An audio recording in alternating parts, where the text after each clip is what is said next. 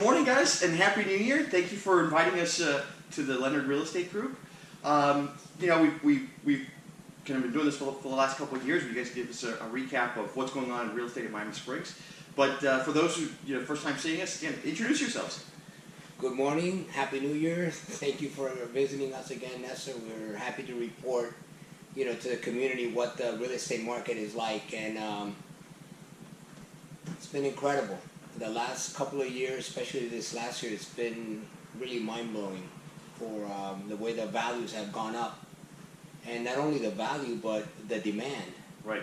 And the lack of inventory has driven the market to levels that I've never seen before in Miami Springs. When it comes to inventory, this last week there were only 12 houses listed, which is, it's absurd. What's the normal, let's say, pre-COVID, normal economy, natural listing year? 30s.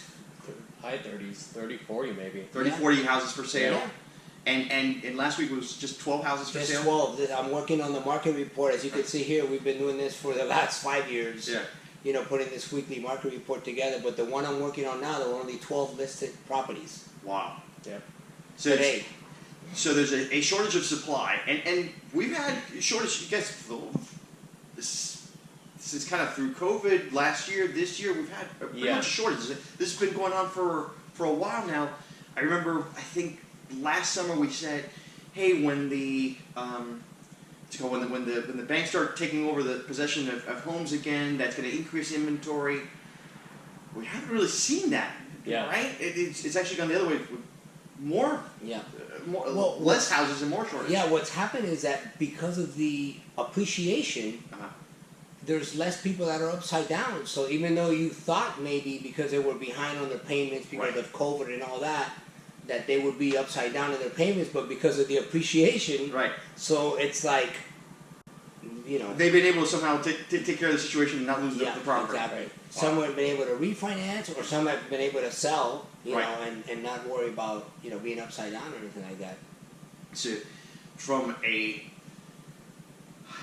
so you have two issues. One, shortage in terms of supply, but two, also an increase in demand. Is that also the case with more people trying to move into our area? Not just move into our area, but because of the historically low mortgage interest rates. Right. That has continued to drive the demand. Okay. And the lack of inventory with the demand is what's driven really a generational appreciation in values in a matter of a year. Wow. And it's also Florida in general. I looked at the numbers of people moving, and I think I put out a post a little while ago. There were over 33,000 people from New York alone that moved into Florida alone. That's not including California, and Washington had huge numbers as well that moved from those states or those areas to our areas. And there's a lot of reasons for that. The state taxes, and great weather. Great weather, and if you look at prices in New York versus prices in Miami, they look a lot better in Miami than New York. So you have all these people coming in that are cash flush, that are going to have even more cash because their taxes are going to be lower. So they're looking at houses here, and $500,000 house is a 2-1 condo to them in New York. So they're happy to spend that kind of money. So that's also increasing, I think, prices and demand. Yeah, the other thing is this shift of the worker being able to work from home. Yes. Almost anywhere in the country. So depending on what your job is, you could work in New York City when it's freezing and expensive, when you could easily work from your backyard in Miami Springs in front of a lake or by your pool. Yeah. It's a no-brainer if you can do that. If you're telecommuting, if you've got a career where so many people were sent home and didn't have to be in an office. Exactly. Yeah, working in New York is versus being able to work here in Miami. Yeah. And it seems that shift has continued to happen because a lot of companies are realizing, you know what, I really don't need all these thousands of square feet of office space. Yeah. Because I can have workers, working from the house, remote. They can come in once a week or once a month, whatever the case may be. So there's a lot of moving parts right now to the whole workforce and where people are deciding to live. So and we're seeing a drastic change now. Just outside of Springs and driving around Miami, maybe I want to get your expert opinion on this, but I see like what I call a mini Manhattanization of Miami happening, where there's a lot of buildings going up, and there's a lot of obviously we have this downtown development here in Miami, but like leaving Springs, there are a lot of buildings, whether it's Hialeah, whether it's, I was on Bird Road the other day, another just huge apartment complex. My God, where are these things coming from? Yeah.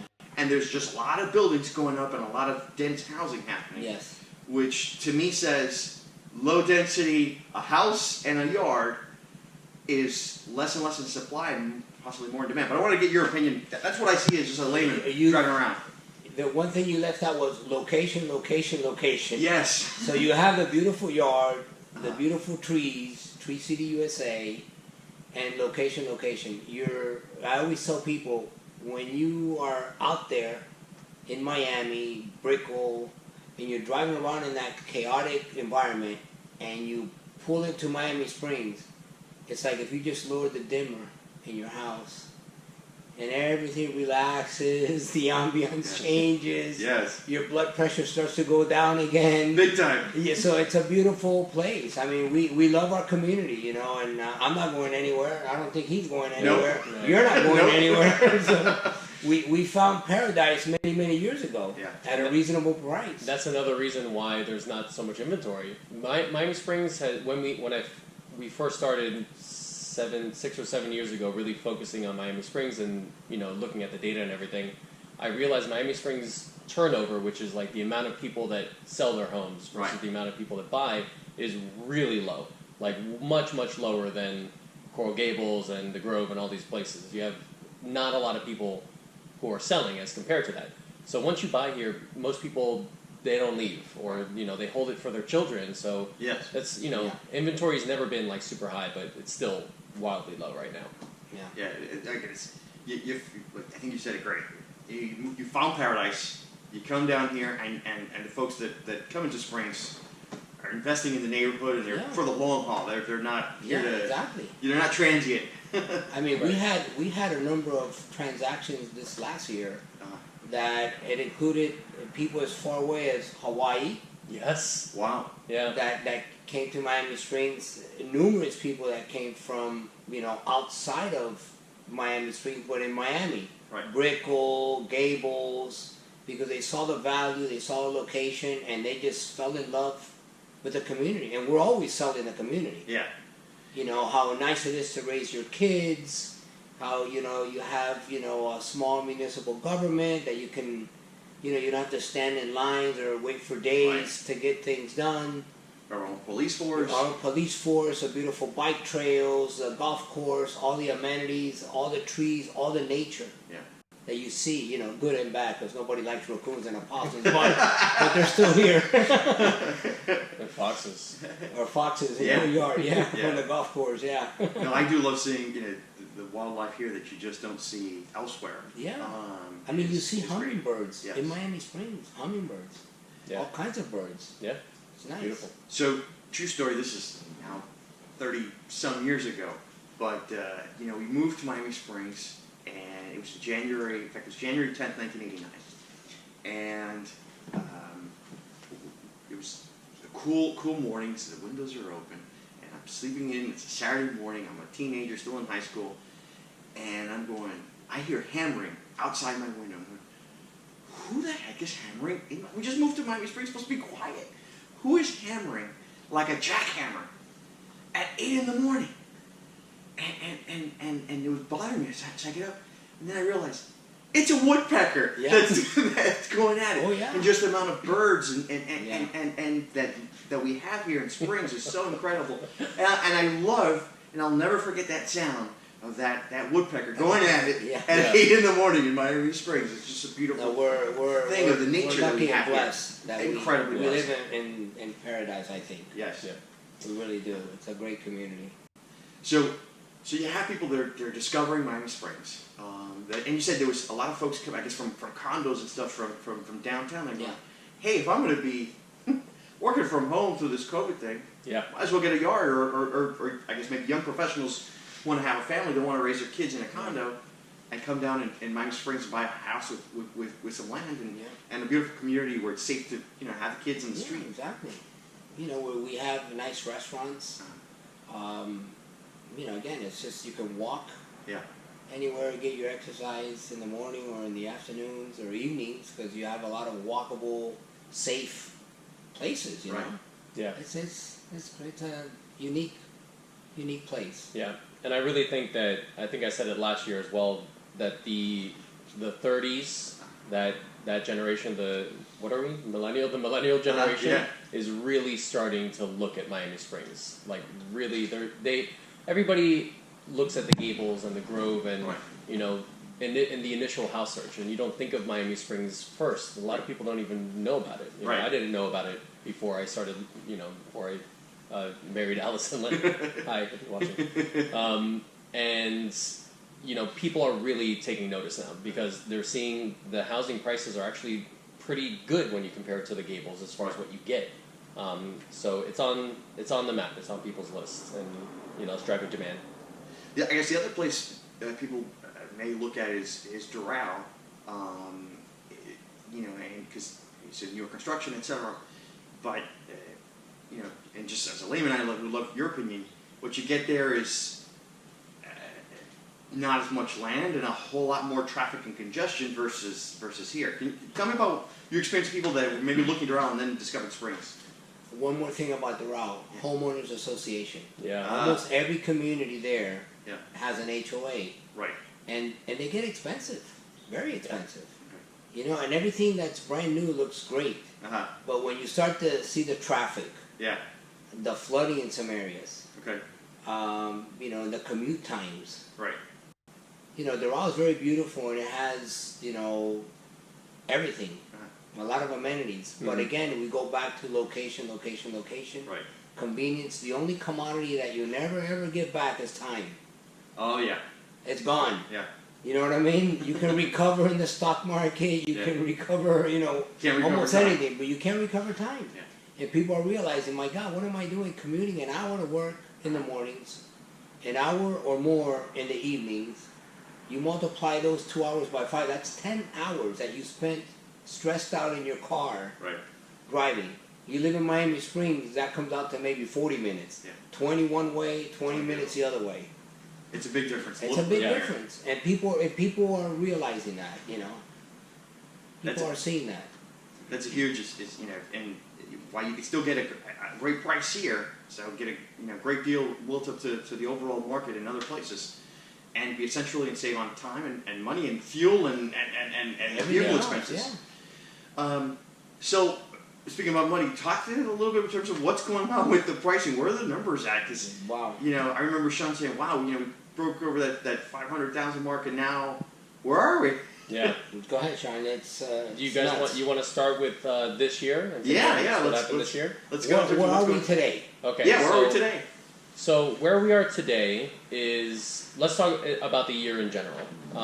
So last year there was 110 houses that sold, and total was over 58 million in volume. Wow. Okay, which is a lot. If you compare it to last year, that's over 13 million more that was sold this year versus last year.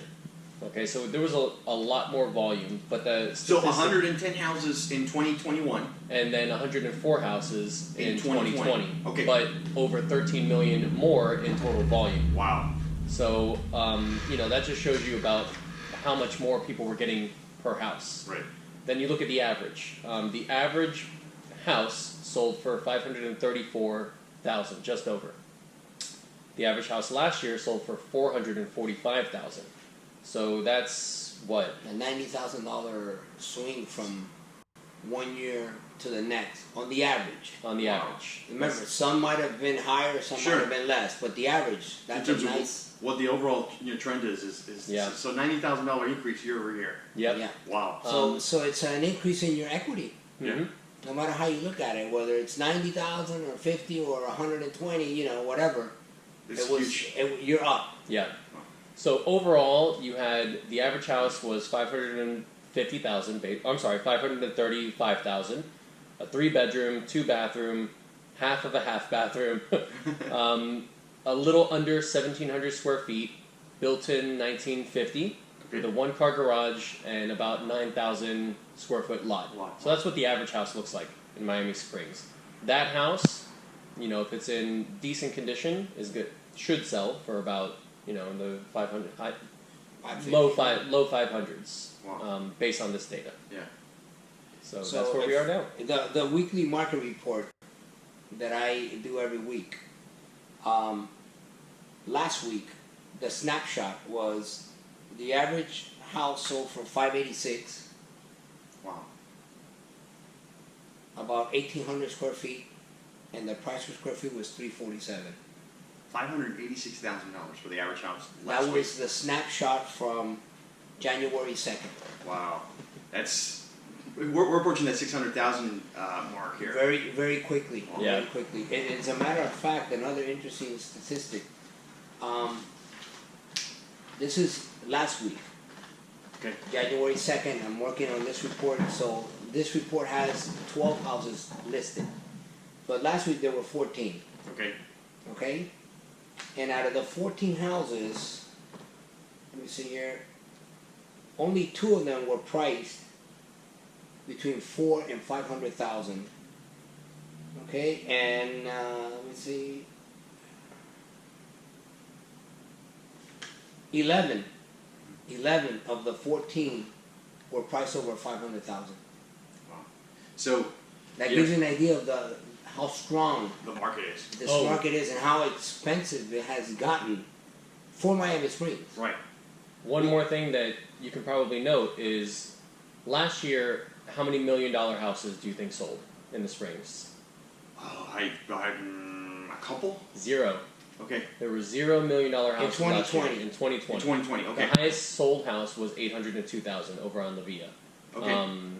580 La Villa. This 2021. year, in 2021, there were 2 houses that sold for well over $1 million. 1105 Bluebird Avenue sold for 1.2.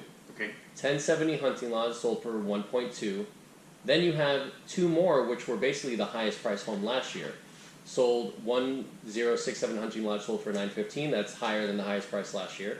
And then 85 Deer Run sold for 800,000, which is basically the highest price. So we had 4 this year that were well above or at the highest price homes of last year. 2020. Yeah. And I think Charlie was saying that this year might be the first time that any house off of Hunting Lodge sold for $1 million plus. Wow. We don't remember any house selling for over $1 million if it wasn't on Hunting Lodge. That was not on the golf course. That was not on the golf course. Right. And as a matter of fact, right now there are 2 houses that are pending sales. Okay. That are not on the golf course that are under contract for over $1 million. Wow. So this year so far. So that's and we just started this year. year. So that says a lot in terms of the value of not just the homes on the golf course, but the homes throughout in general the entire community in Miami Springs. It's so what it says for folks who are homeowners right now is, hey, your equity's gone up significantly. One of the things that I was going to lean into in terms of the quality of homes, we're talking about homes in the 500 range, the average home, and if it's in decent condition. For anyone who's got a home and thinking about selling, the return on, let's call it, modernizing and or fixing up their home, what's your suggestion to them right now? It all depends on what the improvement is and how. You can go. I always use this analogy is dress for less. You know what I mean? You can buy a very expensive dress, or you can buy it, I don't know, like Ross or whatever the commercial says, for less money. Yeah. So the same thing happens when you're remodeling a house, except for roof or windows, because those prices are kind of standardized. But when you go into a kitchen, you could probably do a kitchen for $10,000, or you could do a kitchen for $50,000. Right. Same thing with the bathroom. You could probably remodel your standard bathroom for, I don't know, $5,000, or you can go overboard and do $20,000. Yeah. You know what I mean? So if you're doing those things, I think some contractors may say, "Hey, $5,000 doesn't happen anymore." Yeah. the way construction and labor and all that stuff is the going whole on right supply now. chain and all this kind of stuff that has driven a lot of those prices up. But it just depends. But you will get a good return on your roof. You will get a good return on, the bones of the house. You want electrical updated, good plumbing, definitely roof, impact windows. Pretty much is becoming more of a must because insurance costs are just going through the roof, and people are having a hard time getting insurance if the house you're buying does not have a decent roof with considerable years left, life-wise, plumbing, for wind mitigation, your windows or your shutters. So because insurance prices are going up through the roof as well, like everything else. Yeah, I saw that. Yeah. And some homeowners are having a hard time, getting reasonable insurance quotes when they're buying a house. Yeah. As far as improving your house right before the sale, I would just say be careful. I would say reach out to somebody who knows the market to tell you how much you can improve. You don't want to over-improve your house because then you don't get the return back on that investment. Stay neutral. Yeah, stay neutral on colors. But mostly, I would say our advice is typically, if you're going to sell right before the sale, you don't want to really do much extra to the house that you don't need to, besides like general landscaping, maybe a new coat of paint, anything like that's dirty in the house. It's mostly just about cleaning up rather than declutter. Improving. Yeah. Pressure clean. Yeah. Now, if you're looking to sell in the next 4 to 5 years, doing updates on the house now might make sense because then you'll recoup over time. Right. So first step, reach out to somebody and get some advice before you take the plunge, so to speak. Yeah, before you commit. And the guys who've got a ton of advice, including, we have here 6 years of data, market reports here is the Leonard Real Estate Group, and you guys would take that call. If someone says, hey, I'm thinking about, value of my house. Now, if someone calls and wants to go, hey, I don't know, do people call you and says, look, I don't know whether to keep my house or sell my house, and I don't even know what value I have. Do people call you about that? All the time. All the time. All the time. Yeah. And sometimes we tell people, listen, honestly, it's probably better to hold on to the house, depending on where you're going to go. Because the reality is, and we're interested in listing houses and getting them sold, but the reality is that your situation may not merit selling right now. Right. Depending on what your options are. If you're going to go away to a market that's less expensive, yes. Because you can, sell high here, and you're going to buy over there, high because the market is high all over the country. Comparatively low. But it'll be lower than here, so you'll do good. And we have a lot of clients that are selling because they're relocating. Yeah. Outside of, they're going to North Florida, Central Florida, you know what I mean? And the market there is less expensive than here, so that's a good situation. But if you want to sell here, to buy here, you know what I mean? You have to really look at it, what it is that you're going to buy, because it's going to obviously be more expensive than what you're selling. I would say 95. I'm just thinking about them going quickly through all the clients that have sold their house with us this year, and the vast majority that I can think of were either downsizing, significantly upsizing because they needed to, so they had to get the equity to buy a much bigger house, or retiring and moving. Those are basically the 3 reasons why people are selling right now. You're downsizing significantly, you're upsizing significantly, or you're relocating. Or you're relocating. You're retiring, you're relocating. Yeah. Other than that, people that just want the money, don't get me wrong, like take it if you can, but it might make more. I've told so many more people this year, just refinance. Yeah. You don't need to sell, just refinance, and way more this year than I have in any other year. Yeah, because the interest rates are significantly low. Right. Which is going to end. Historically low. Yeah, they're going to start climbing. Yeah, the winds of change look like they're blowing hard. Yeah. That's good news and bad news, right? So good news is that you're not going to see this, which I'm sure Nestor will link in the video. You can't see it, but yeah, we'll put it on the site. You're not going to see. I don't think you're not going to see a spike in pricing. It can't keep climbing like that with interest rates. It's got to start leveling off. Right. So hopefully more like, what do they call it, the soft landing, right? Is what they're talking about. No, I tell people, listen, I don't know anything. This thing is constantly changing so much, and you read so many things. But from what I've been, reading and talking to people, appraisers and other brokers and financial advisors and all this, everyone seems to believe that what's going to happen is that the appreciation of homes is going to start to level off and get more to the traditional increases of 3 to 5% annually, Right. 6%, something like that, not the 25, 30% that we've seen. Yeah. You know, it's like I said, it's a generational Yeah. appreciation that has happened, just like the stock market that took off. You know, It's not something that happens every year or no, every no, 10 years. no, It's a rare It's- event. Yeah. So, you know, things are leveled off. Right. Nobody really believes that prices are going to plunge. I think what we're seeing is a new normal, a new floor that's being, you know, established all over the country.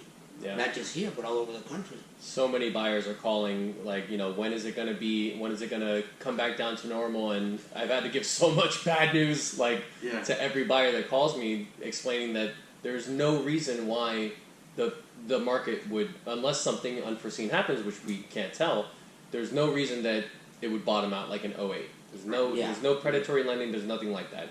So this is going to be the new normal, and that, which is good news because it's not going to keep skyrocketing. The bad news is that the loan is going to get more expensive because your interest rate are going up, I think, without a doubt, this year. 3 times is what they said. How high it goes, we don't know. Right.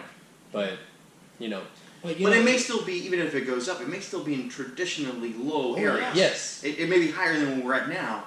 Yeah. But, you know, gosh, I remember growing up, my dad talking about double-digit interest rates and that sort of thing, and we're nowhere near anything like When that. we first bought our house, it was we were thrilled that we got 10.75%. Of course, we paid 70 for that. Yeah. But that's a different story. But you know, things will level off price wise, and even if the interest rates do go up, because like Sean says, maybe 3 times this year, maybe a couple next year. But even then, the projection is that interest rates may be at 5.5, which is still historically low. Historically, you know, it's a good number. Yeah. I mean, we've just been spoiled the last 2 or 3 years getting 3%, under 3% for 30 years, which is great. Crazy, yeah. It's going to mean, though, that for buyers, you're going to have to work with if you're working with a bank who's doing your pre-approval, or if you're working with, although with Forensic Group is great, that's who we recommend all the time, stay with your broker, because it's going to be really important that you keep track of those rates, because it may change your pre-approval. If you're right on the cusp and then the rates go up, that could change your loan-to-value ratio, which could change how much you're qualified for. And just work with professionals, and, you know, make sure you have a team around you if you're buying. Yeah. Now, you know, for example, I've got young cousins and who are getting into the marketplace for the first time and looking at homes, and they're very frustrated with the fact that the prices have gotten so high. It's tough for that young couple trying to buy their first home. You know, the income requirements have gone up, I guess, to move into the neighborhood has changed.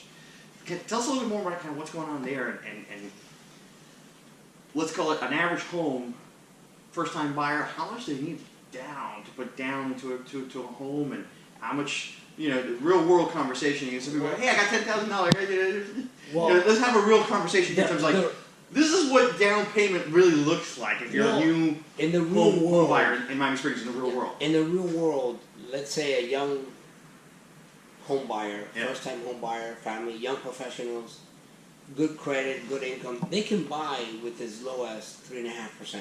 Okay. Maybe 5% down payment plus their closing costs. But what happens is that we're in an environment that the competition, because of the demand, is so high. Right. That what happens is that sometimes that young professional will lose out against another buyer that's maybe coming in with a higher down payment. Mm-hmm. So instead of 5%, maybe the other offer is coming in at 20%. So that gives the seller a better feeling that it's a more solid buyer because they're coming with more down payment. So that's the reality of what these first-time buyers are facing. Yeah.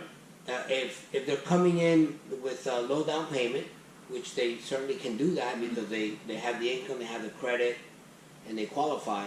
But it's the competition, because we're still in an environment where you get multiple offers. Right. Especially when the houses are, you know, the higher the price home, you know, the less competition, because not everybody can purchase at that level. Right. But when you get into these 450s to almost 600, there's competition. Yeah. There's multiple offers. There's without a doubt.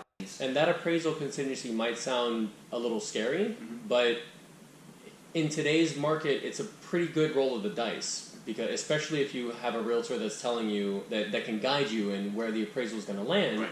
You could roll those dice because you know appraisal values are coming in really high. Right. So you got to take a look at it and decide if that appraisal contingency is something you want to do. In a lot of cases, you can do it really without a lot of fear from what you have to make up, but get a team that can guide you and make that decision with you. Yeah, do the homework, make sure you're looking at the comparables on that particular house. But Yep. yeah, I mean, there's ways to improve the competitiveness of a first-time buyer. Seeing as the recent home sales continue to climb, it seems like, I guess my question, since you guys brought up appraisals, are the appraisers giving a hard time, or does it seem like they're following with the market trend and appraising homes? For the most part, they're coming in, at the right price. Again, every house is a little bit different, Right. and every appraiser is a little bit different, because there's a lot of, subjectivity and discretion in sort of the way they can adjust, Right. Condition, the additional bedrooms or bathrooms. Well, the other thing is we're also not Doral, where every house is kind of cookie cutter and the same. Mhm. Every house here is different. Yeah. Yeah. It's hard to compare this house to, okay, the last 12 houses sold is a little different. Yeah, but for the most part, I would say, some appraisers come in a little bit lower, some come in a little bit higher. It just depends on the house. Yeah. I wanted to go back real quick to talk about the actual things that the buyer would need. Yeah. So here's an example. Let's say that you're buying a house $500,000 in Miami Springs, which is below our average, but let's just use that number. If you're at 3.5% down, which is a first-time home buyer, Right. that's what you can do. You have to come up with $17,500. Okay. So that's just your down payment. Okay, that doesn't include your closing costs, which could be up to $12,000, maybe higher, Maybe depending. another 10, 12, depends. Depends. It So depends on the program too. That's why you want to talk to a mortgage broker, because Right. they deal with various mortgage lenders, and they have different programs that are constantly changing. Sometimes they cover some of the closing costs. They get certain credits on this or that. So it's important to understand what your educate options- yourself. yeah. So going to that number, if so 17.5 is down So, plus the closing costs, you're talking 17 about $30,000. $30,000. I would say minimum Right. you're gonna want to have at least $30,000 in disposable income that you have to buy a house at $500,000 in this Current neighborhood, environment. in this current environment in this neighborhood. Right. And of course the income, To back it up, to right? back it up, yeah. Right. So, and in terms of incomes, the joint family income, what other kind of numbers that you're seeing? Does it vary, or for let's say a couple that's trying to buy their first home, let's say they got $30,000 to $50,000 cash available, what kind of income should they have if they're trying to buy that $500,000 home? Any kind Well, of you're looking at, again, every case is different. Right. But if you were to look at, let's say, general parameters that a lender would look at, they probably want your housing expense Mhm. to be no more than 30% of your monthly income, Got it. gross. Right. And your total expense, including housing, housing, car payments, credit cards, whatever, Yeah. they don't want you to be above, on average, 40%, let's say. Okay. Every lender's a little bit different. Sometimes they want you to be at 38%. Sometimes they go as high as 49%. But that gives you an idea of where you need to be. Yeah, and that's really a question for a mortgage broker or Right. the bank or whoever is issuing the loan. We'll walk you through the finer details of what you need to be making and how much you need to have and what your expenses are going to be in actually purchasing the house and all that. And we've talked about this before, but it pretty much, you need to be pre-approved right now in this current environment, right? Yeah. You need to have all your banking and all that squared away before you even come to maybe even an open house. Yeah. That would be the best situation, because a lot of times people will come up with a pre-approval letter, but if you read most pre-approval letters, they basically say subject to verifying income, Yeah. taxes, blah blah blah blah blah. Right. You know what I mean? But when you go and you actually come up with a DU approval, which is called desktop underwriting Okay. approval, that means that mortgage broker or that lender has already reviewed You've done all your due tax diligence. returns, your bank statements, your income. Yeah. So that's a pretty solid approval. And they'll have the ratios, your debt to income ratios, all of that. So they're ready to go. They're ready to go. That's another thing that a first-time home buyer who doesn't have a whole lot of cash can do, because I think a desktop underwriting was like a couple $100. No, the mortgage brokers will do it for Might free. do it for free? Okay. Yeah. Some people might charge, but it's not going to be a big expense. Okay. It's something you can do that might help you push that deal forward if you don't have a whole lot of cash. There's so many little tricks that you can do as a first-time home buyer. Sometimes you have to do all of them. And it's not so much tricks. It's Right. really having It's tactics. Yeah. tactics and having all your ducks lined up in a row. You know, to Right. really be organized and ready to go, serious. And that sends a strong message to the seller. Yeah. It says, hey, this person's ready to go. This person, all this person needs is the house with a contract, and they're ready to move forward. Mm-hmm. Excellent. Yeah. So, in terms of, we're still in this tight inventory market. We know that I think the projections is that interest rates may go up. I know the crystal ball is difficult to read sometimes. Where, in terms of the future, interest rates may go up. For the next, let's say in 6 months, any changes happening in the next 6 months that you guys see in this market? Let me start off with, I got my crystal ball and I slammed it against the wall because A year and a half ago, I slammed against the wall. because it was telling me all kinds of things that weren't true. Yeah. Yeah, I thought we were going to have more inventory right now. Yeah. Yeah, exactly. I thought there'd be more inventory by now. There could be an increase in inventory as we move forward a little bit, but again, from 12, There's maybe nowhere to go go. to 20, right. We have to go up. Yeah. How much, I have no idea. Speaking about the inventory, I think it's a little bit more than meets the eye. So look at last year in 2020, we had 104. This year we had 110. Yeah. So inventory did increase. It's just it feels like it decreased because they're going so fast. Right. As soon as a house comes on the market, it's gone. So we go from 20 to 18 so quickly because they're coming on the market and they're getting under contract. So we actually did have an increase in inventory this year. But the ongoing inventory is just so low because, Yeah. again, it's the demand is what's driving the inventory. So let me ask you, see, even if interest rates go up, there's still a possibility that you have, look, if people are still moving from New York down here, demand to live, we live in paradise in South Florida, right? Let's start with that. We live in paradise and there's nowhere to build, right? There's things going up, but there's no land. You're either moving further north, there's nothing west, we got the Everglades, so either things are going up as condos or further north. So if you want to live in Miami-Dade County, the most central location, with a house, with land, and not very many options. Yeah. So if demand continues to come in from, let's say, other states and people kind of moving down, because interest rates are still going up in New York, so it's still more expensive over there than it would be here. Absolutely. Yeah, a lot more. Who knows? Yeah. I mean, interest rates may go up and may slow down a little bit, but you may still have, that demand may still stay high. Yeah. I think the demand will continue to be high. I think this year, I think more sellers will probably consider selling because, they're concerned that interest rates are going to go up. Right. And, what's going to happen to the value, those kinds of things. Or maybe they decide, okay, now's our time to cash out to move to Central Florida or to move north or to move to our house that we have in Naples. Right. There's a lot of variables, but I think inventory will go up a little bit. I think the demand's still going to be high because even though, like we've talked about, interest rates are going to go up, they're still low. Yeah. Compared to historical years standards. past. Yeah. All right. Well, so if someone's interested in buying or selling, what should they do? Call Ghostbusters.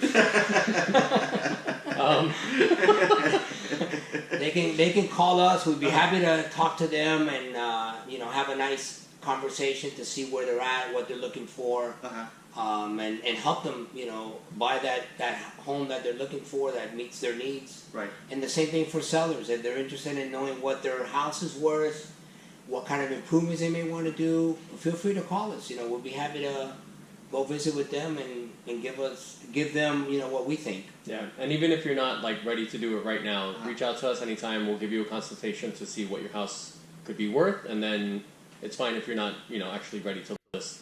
So you can reach us on Instagram or on Facebook at Leonard Real Estate Group. Message us anytime, we'll get right back to you. You can call me at 786-205-0187. Or you can call me directly at 305-726-8416. I'm always here at the office. I love what I do. I love my community. So this is what I pretty much do 24/7. Guys, do we have time for some fun facts and some of the interesting homes from last year? Do we have any of that? Yeah, of course. All right. Let's see. Let me take a quick look here. I know you guys have always some interesting ones here in terms of the most expensive and the most affordable. So the most expensive home sold, I think Sean mentioned it, was at 1105 Bluebird Avenue. It sold for $1,278,000. Wow. It was, again, property not on hunting lodge, not on the golf course. It was a 5.5, 3,700 square feet, and it was built in 2014. So it's a fairly new house. Home, yeah. And it had a 3-car garage. Lot size was not huge, but it was nice, 11,250 square feet. And it did have a pool. And with a pool. And let me see, the least expensive home sold last year. One on Bentley. Yeah, the one on Bentley, 39 Bentley Drive. It sold for $355. Great bargain compared to. Yeah. It was a 3-bedroom, 1-bath, about almost 1,300 square feet, built in 1966, but it was a very small lot, 5,000 square foot lot. Okay. Which is very small for a spring. I mean, our average is like 9,000 or something. Yeah. And then the mega home. The mega home. If you were to, I think we did the mega home last time. Yeah, if you take all the homes and squish them into one, what does it look like? Yeah. So that home would cost $58 million. It would be 343 bedrooms. Wow. 220 bathrooms, 6 half bathrooms. It would have over 178,000 square feet. It'd be built in like 1950. There'd be 70. Have a 70-car garage. It would probably have multiple pools and over 1 million square feet in lot size. Wow. So that would be the mega home. The mega home. The mega home. Right, so I don't think we're seeing any houses in the threes anymore in Springs. Is that pretty much history? Yeah. 300,000, anything in the threes? There was only one that's that shows up every now and then, and it's on Ludlam Drive, and it's something going on with the bank. It shows up as a short sale that must be approved by the bank. It's been under contract a number of times, then it comes back on the market, and I think it's listed for like 325 or something. Yeah. But you know, it's not. It's an outlier. Right. There were 5. There were 5 that sold last year. 5 under 400,000. Right. That sold last year. Pretty sure all of those were wood frame homes. Okay. So yeah, That's incredible. maybe one or two. Right. Maybe one or two, but almost certainly it'll be a wood frame home. It'll be probably under 1,000 square feet. They have a couple of them over on Melrose or in that area, like near VG. There's a couple more wood frame homes. Even then, some of those wood frame homes I think have gotten torn down and rebuilt.